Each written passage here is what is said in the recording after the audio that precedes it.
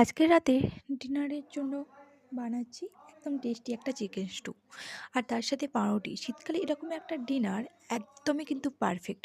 চলো দেরি না করে বানানো যাক টেস্টি চিকেন স্টু। প্রথমে প্রেশারেতে আমি রিফাইন অয়েল দিয়ে দিয়েছিলাম, তারপরে একে একে গোটা গরম মশলা, তেজপাতা আর পেঁয়াজ কুচিগুলো দিয়ে দিয়েছিলাম। এরপর আমি নাড়তে থাকবো কিছুক্ষণ। তারপর প্রথমে চিকেনটাকে সামান্য পরিমাণ আগে আমি তেল, লেবু, গোলমরিচ গুঁড়ো, আদা বাটা ০.৫ ঘন্টার জন্য ম্যারিনেট করে রেখে দিয়েছিলাম। আর এদিকে আমি কিছুটা সবজি কেটে নিয়েছিলাম, ঘরে যেসব সমস্ত সবজি আছে।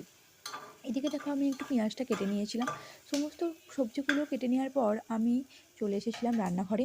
এরপর কড়াইতে ভালোভাবে সব কিছু দিয়ে একটু নাড়াচাড়া করতে থাকলাম।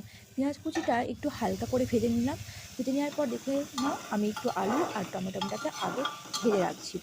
সুন্দর করে ভেজে নেওয়ার পর আমি হালকা করে নেড়েচেড়ে সমস্ত সবজিগুলো যা আছে সমস্ত দিয়ে দিয়েছিলাম। পেঁপে, ক্যাপসিকাম, আলু, গাজর আর এতে আমি একটু বিনসটা দিলাম।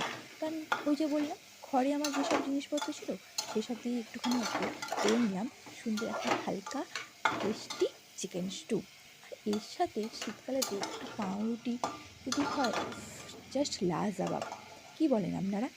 এরপর হালকা করে সব কিছু নেড়ে নেওয়ার পর আমি স্বাদ মতো দিয়ে দিয়েছিলাম নুন। এরপর যেটা ম্যারিনেট করে রেখেছিলাম মাংসটা সেটা দিয়ে দিয়েছিলাম প্রেশারেতে। তারপর আর কি, তারপর প্রেশারটা দিয়ে ভালো করে নাড়াচাড়া করতে থাকলাম। আর দিয়ে দিয়েছিলাম আগে থাকতে একটুখানি রসুন কুচি, আদা কুচি। আপনারা এটা দিয়ে দেবেন, যেটা আমি এখানে দেখিয়েছি।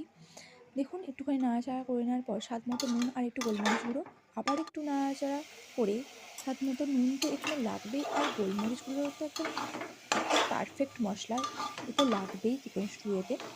আর একটু নাড়াচাড়া করে কী করবেন, উপর থেকে একটুখানি বাটার দিয়ে দেবেন। এরপর বাটার দিয়ে দেওয়ার পর জল দিয়ে চাপা দিয়ে সেদ্ধ হয়ে গেলেই ব্যাস রেডি একদম ইয়াম্মি ইয়াম্মি চিকেন স্টু। একবার করে দেখবেন, খেয়ে কিন্তু হেব্বি লাগবে, জাস্ট ওয়াও! এই যে এই আমুলিয়ার প্যাকেটটা দেখে আমার এতই মেয়েটাকে কিউটসা লাগে, আমার ভীষণ ভালো লাগে।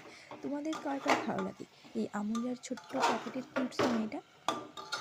আমার তো ভীষণভাবে ভালো লাগে। এরপর নাড়াচাড়া করার পর আমি ০.৫ ঘন্টা মতো নাড়াচাড়া করার পর আমি জল দিয়ে দিয়েছিলাম। জল দিয়ে মিনিট ৫ এটা সিটি পড়লেই রেডি হয়ে যাবে আজকের মতো ডিনারটা। তো সবাই একটু ভালো থেকো, সুস্থ থেকো আর অবশ্যই চ্যানেলটাকে সাবস্ক্রাইব করে দিও। যাদের এখনও পর্যন্ত চ্যানেলে যুক্ত হয়নি অবশ্যই সাবস্ক্রাইব করে দিও। চলো টাটা, দেখা হচ্ছে অন্য কোনো একটা রেসিপি নিয়ে।